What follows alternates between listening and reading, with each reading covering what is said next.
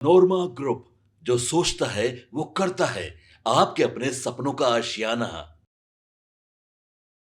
तेजस्वी यादव को लेकर के जो संशय की स्थिति थी, आज उस संशय पर से पर्दा उठ जाएगा। आपको बता दें कि आज महागठबंधन की तीसरी बैठक है और इस बैठक को आज आयोजित किया गया। इससे पहले भी हमने आपको बताया था कि 2 बैठकें हुई थी और दोनों बैठकों में जिस तरह से महागठबंधन के भीतर सब कुछ ठीक ठाक होने की बात कही जाती थी, लेकिन जब ये बैठक सदाकत आश्रम में हुई थी, दूसरी बैठक, उस बैठक के बाद से कई तरह के कयास लगाए जा रहे थे और कहा यह जा रहा था कि बैठक में बहुत सारी बातों को नहीं रखा गया है और कहीं ना कहीं तेजस्वी यादव नाराज हैं क्योंकि उन्हें मुख्यमंत्री का चेहरा घोषित नहीं किया जा रहा है। बिहार विधानसभा चुनाव को लेकर के रविवार को महागठबंधन के दलों की तीसरी बैठक होने वाली है और इस बैठक को किसी पार्टी कार्यालय में नहीं बल्कि इस बार एक रिसोर्ट में तय किया गया है कि यहीं पर आकर के बैठक किया जाएगा। इससे पहले हमने आपको बताया था कि पार्टी कार्यालयों में बैठक होने के बाद कई तरह की बातें सामने आ रही हैं और उससे ऐसा लग रहा है कि जिस पार्टी के कार्यालय में बैठक हो रही है वहाँ कई तरह की समस्याएं भी हो रही हैं और खुल करके बातें नहीं हो पा रही है। आपको बता दें कि घटक दलों में बेहतर समन्वय और चुनावी रणनीति बनाने के लिए हो रही लगातार बैठकों को लेकर के आज दीघा आसियाना रोड के एक रिसोर्ट में बैठक की तैयारी की गई है। तेजस्वी की अध्यक्षता में होने वाली बैठक में महागठबंधन के सभी 6 घटक दल शामिल होंगे और अपनी अपनी बातों को रखेंगे। आपको बता दें कि बैठक के लिए सुबह 10:30 बजे का समय तय किया गया है और पिछली बार भी इसी तरह का समय तय किया गया था, लेकिन आपको याद होगा कि काफ़ी विलंब से तेजस्वी यादव पहुंचे थे। इससे पहले आपको बता दें कि जो पहली बैठक हुई थी वो राष्ट्रीय जनता दल के कार्यालय में हुई थी और उस बैठक को लेकर के भी कई तरह की चर्चाएं चल रही थी। आपको बता दें कि कोऑर्डिनेशन कमेटी के साथ साथ तेजस्वी यादव ने कांग्रेस प्रभारी कृष्णा अल्लावरू, प्रदेश कांग्रेस अध्यक्ष राजेश राम, वीआईपी के सुप्रीमो मुकेश सहनी और लेफ्ट के तीनों पार्टियों के प्रमुख यानी सीपीएम, सीपीआई और सीपीआईएमएल के नेता विधानसभा चुनाव को लेकर के की जाने वाली रणनीति को तैयार करेंगे। आपको बता दें कि गौरतलब है कि 17 तारीख को इसी पिछले महीने में अप्रैल में महागठबंधन की पहली बैठक राजद के कार्यालय में हुई थी। उसके बाद से यह लगातार चर्चा चल रही थी कि तेजस्वी यादव को मुख्यमंत्री का चेहरा घोषित करने के लिए लगातार राष्ट्रीय जनता दल की तरफ से प्रयास किया जा रहा है और कहा यह जा रहा है कि एक सही जो है सोच के साथ इस महागठबंधन को आगे बढ़ाया जाए। इसके साथ साथ आपको बता दें कि दूसरी बैठक जो हुई थी उसमें कांग्रेस मुख्यालय सदाकत आश्रम में 24 अप्रैल को महागठबंधन की दूसरी बैठक आहूत की गई थी। इस बैठक को लेकर के बहुत लंबी चौड़ी बैठक तो चली नहीं। हालांकि इस बैठक में जब मीडिया के सामने पहुंचे सभी दल तो कुछ अलग बात दिखी, लेकिन भीतर में जो बातें हुई उसमें कहा यह जाता है कि बहुत सारी बातें क्लियर नहीं हो पाई थी। आपको बता दें कि महागठबंधन की ये तीसरी बैठक काफ़ी महत्वपूर्ण बताई जा रही है और कहा यह जा रहा है कि इस बैठक में बहुत सारी चीज़ों को तय करना है। रविवार को महागठबंधन के दलों की तीसरी बैठक होगी और घटक दलों में बेहतर समन्वय के लिए जो तैयारियां की जा रही हैं और एक दूसरे से बातचीत की जा रही है उसकी शुरुआत हो चुकी है। आपको बता दें कि इससे पहले भी हमने आपको बताया था कि जो कोऑर्डिनेशन कमेटी बनी थी उस कोऑर्डिनेशन कमेटी को लेकर के कहीं ना कहीं तेजस्वी यादव अब आगे की रणनीति पर काम करना शुरू कर चुके हैं। पटना में महागठबंधन की दूसरी बैठक जब हुई थी तो उसके बाद सीएम फेस की चर्चा चली थी।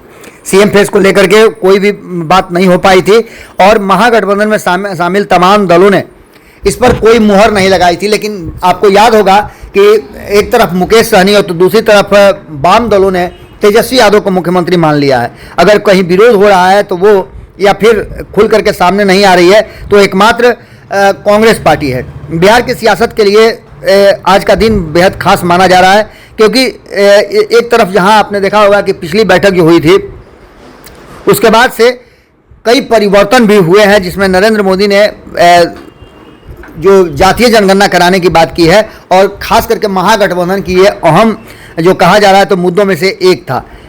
लगातार आपने देखा होगा कि राहुल गांधी भी जातीय जनगणना कराने की बात कर रहे थे तो तेजस्वी यादव ने तो जातीय जनगणना का पूरा श्रेय लालू प्रसाद और खुद को दिया है। आपको बता दें कि प्रधानमंत्री नरेंद्र मोदी की उसी दिन जिस दिन 24 तारीख को बैठक हुई थी सदाकत आश्रम में, उसी दिन प्रधानमंत्री नरेंद्र मोदी की रैली भी थी और मधुबनी में उन्होंने बहुत सारी बातों को कहा था। इससे ठीक पहले आपको बता दें हम कि जो पहलगाम वाला हमला हुआ था, पहलगाम में आतंकी हमले के बाद प्रधानमंत्री नरेंद्र मोदी बिहार आए थे। कई कार्यक्रम उन्होंने कैंसिल कर दिए थे। हालांकि तेजस्वी यादव ने भी अपने सारे कार्यक्रम कैंसिल कर दिए थे, लेकिन कांग्रेस कार्यालय में होने वाली बैठक पर सबकी निगाहें टिकी हुई थी कि आखिर यहाँ से निकल करके क्या आता है।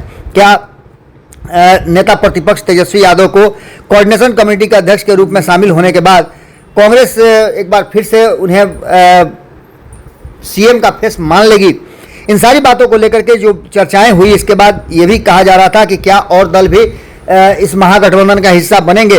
अभी तक ये बातें साफ साफ नजर आ रही है कि 6 दल जो है वही अभी तक महागठबंधन का हिस्सा है, जिसमें पशुपति कुमार पारस को लेकर के भी चर्चाएं चल रही थी। इसके अलावे और कई दल हैं जिनको लेकर के चर्चाएं चल रही थी। कहा तो यह भी जा रहा था कि नीतीश कुमार के विरुद्ध आरसीपी सिंह को भी इसमें शामिल करने की कवायद चल रही है। तो वहीं आपको बता दें कि आईपी गुप्ता को लेकर के भी गंभीर चर्चा कांग्रेस की तरफ से की जा रही है और कांग्रेस ने हालांकि अभी तक ये प्रस्ताव नहीं रखा है कि आईपी गुप्ता को महागठबंधन का हिस्सा बनाया जाए, लेकिन कांग्रेस के साथ उनका पुराना कहा जा रहा है कि संबंध है, जिसको लेकर के आज चर्चा हो सकती है।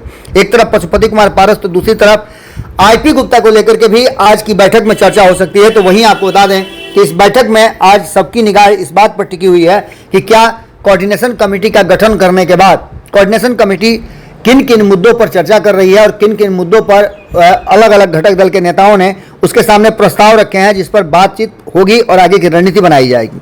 महागठबंधन की राजद कार्यालय में हुई पहली बैठक की बात करें तो सभी घटक दलों ने प्रमुख उसमें शामिल हुए थे। नेता प्रतिपक्ष तेजस्वी यादव को कोऑर्डिनेशन कमेटी का अध्यक्ष बनाया गया था।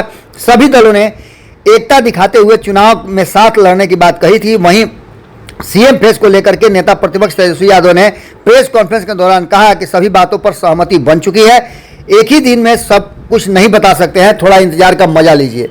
इसके बाद दूसरी बैठक हुई और दूसरी बैठक का पूरा जो मूवमेंट था वो पहलगाम हमले और प्रधानमंत्री नरेंद्र मोदी की बिहार यात्रा पर टिक गया। लेकिन आज की बैठक कई ऐसे अहम मुद्दे हैं जिन पर चर्चा होने के लिए कहा जा रहा है कि बुलाई गई है। आज की बैठक हालांकि पहले से आहूत थी, लेकिन इस बीच में जो घटनाएं घटी हैं, जो फैसले लिए गए केंद्र सरकार की तरफ से जातीय जनगणना के, उसको लेकर के महागठबंधन कैसे इस मुद्दे को अपने तरफ आकर्षित करेगा और इसका फायदा उठाएगा आगामी चुनाव में, इस पर भी चर्चा होने की संभावना व्यक्त की जा रही है। सबसे बड़ी बात कि राष्ट्रीय जनता दल सहित बिहार के लोग भी इस बात का इंतजार कर रहे हैं कि दोनों ही गठबंधन में सीएम फेस को लेकर के जो गतिरोध है, क्या आज महागठबंधन इस गतिरोध से बाहर निकल जाएगा, इंडिया गठबंधन में आज सीएम फेस मिल जाएगा। इस पर सबकी निगाह टिकी हुई है, हमारी भी निगाह टिकी हुई है। जैसे ही इस पर कोई अपडेट आता है हम आपसे फिर जुड़ते हैं। एक बात तो तय मान के चलिए कि आज की बैठक में कुछ विशेष होने वाला है, 2 बैठकों की तरह नहीं, बल्कि आज की बैठक कुछ खास होने वाली है, क्योंकि कोऑर्डिनेशन कमेटी के अध्यक्ष सहित कोऑर्डिनेशन कमेटी का भी गठन हो गया है और आज कोऑर्डिनेशन कमेटी एक्ट करेगी। उसमें कई फैसले, कई निर्णय और आने वाले चुनाव को लेकर के रणनीतियां बनाई जाएगी। तो वहीं सबकी निगाह टिकी हुई है, तेजस्वी यादव को क्या आज मुख्यमंत्री का चेहरा मान लिया जाएगा। जुड़े रहिए भारत लाइव के साथ। बहुत बहुत धन्यवाद। आपके सपनों को हमने सजाया है, ई होम्स पैनोरामा को हमने बनाया है। ई होम्स मेरा एक सपना था जिस पे मैं पिछले 4 साल से काम कर रहा था। हमने जो बनाया है वो सबने है माना। ई होम्स पैनोरामा में हो आपका भी आशियाना।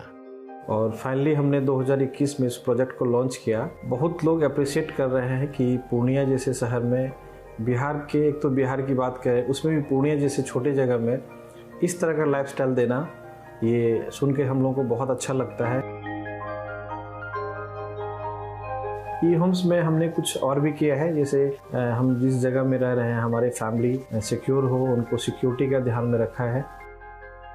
आपकी सुविधा और सुरक्षा आपके लिए खास है, ये आपका विश्वास है। इसमें आर्टिफिशियल इंटेलिजेंस का 7 लेयर सिक्योरिटी का हमने इस्तेमाल किया है। लस ग्रीन कैंपस को बनाया है। यदि हमारा बाउंड्री वाल है तो वो वर्टिकल गार्डन है।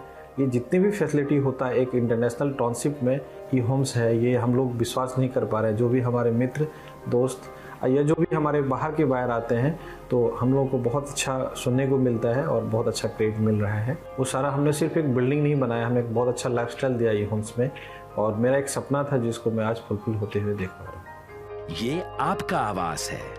ई होम्स पैनोरामा में अब आपका निवास है। E Homes Panorama, luxurious lifestyle redefined. Panorama group, जो सोचता है वो करता है। अगर ये वीडियो पसंद आई और वह बिहार के राजनीति और बिहारियत से सरोकार रखेनी तो सब्सक्राइब बटन दबा के चैनल के सब्सक्राइब कर ली। ओजे एगो घंटी बा, ओकरा बटन दबा देला से कुल सटीक और मारक खबर रुआ मुफ्त में मिल जाई। अगर रुआ पत्रकारिता के हमनी के नया प्रयोग में सहयोग कर चाहतानी तो ज्वाइन बटन दबा दी।